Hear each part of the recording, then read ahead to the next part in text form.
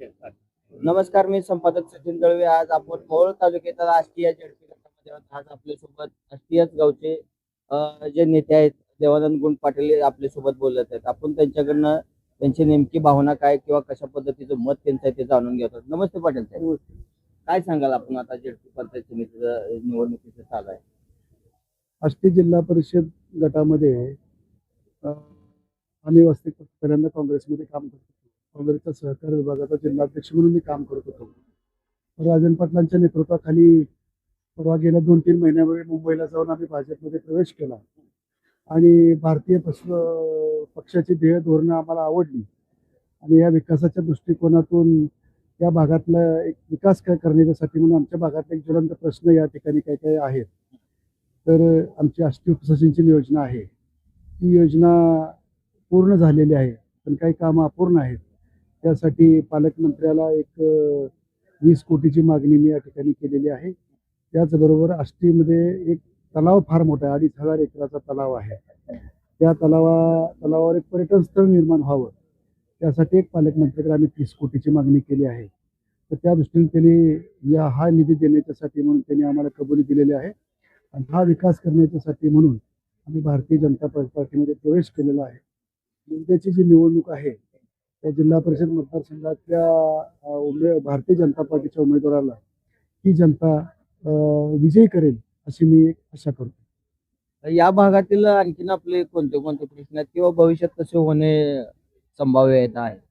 या भागामध्ये प्रत्येक आता मी एक दिल्लीवरून लायसन आणलं आणि साखर कारखान्याची उभारणी त्या आष्टीमध्ये झाली आणि शेतकऱ्यांचा जो प्रश्न आहे की शेतकऱ्यांची जी काही हेळसांड होत होती किंवा शेतकऱ्यांना ऊस घालवण्यासाठी प्रतीक्षा करावी लागत होती, किंवा असं आता शेतकरी या भागातला खुश आहे.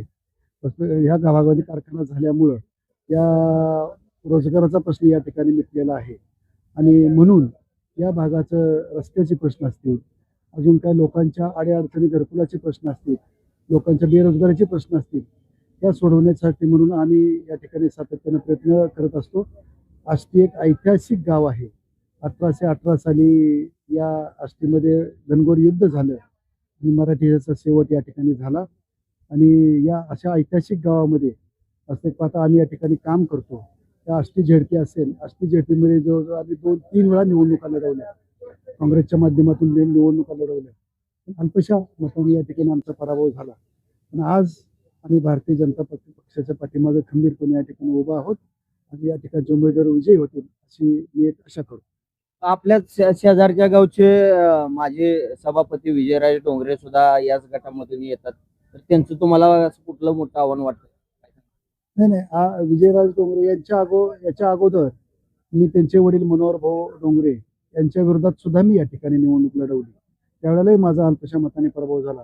आज त्यांचे चिरंजीव विजयराज डोंगरे या ठिकाणी उभा आहेत, पण मला वाटत नाही की त्यांचं फार मोठं आव्हान आमच्या समोर उभं आहे.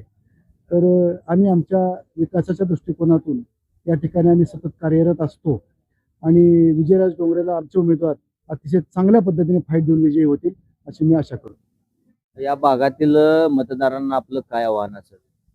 या भागातले मतदारांना मी असं आवाहन करतो की सध्या केंद्रामध्ये सरकार भारतीय जनता पार्टीचं आहे, राज्यामध्ये सरकार भारतीय जनता पार्टीचं आहे.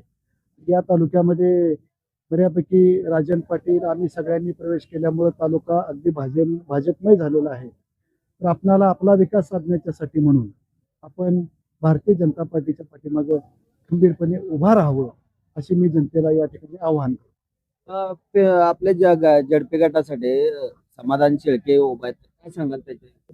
नाही, समाधान शेळकेची उमेदवारी मी सुचवली.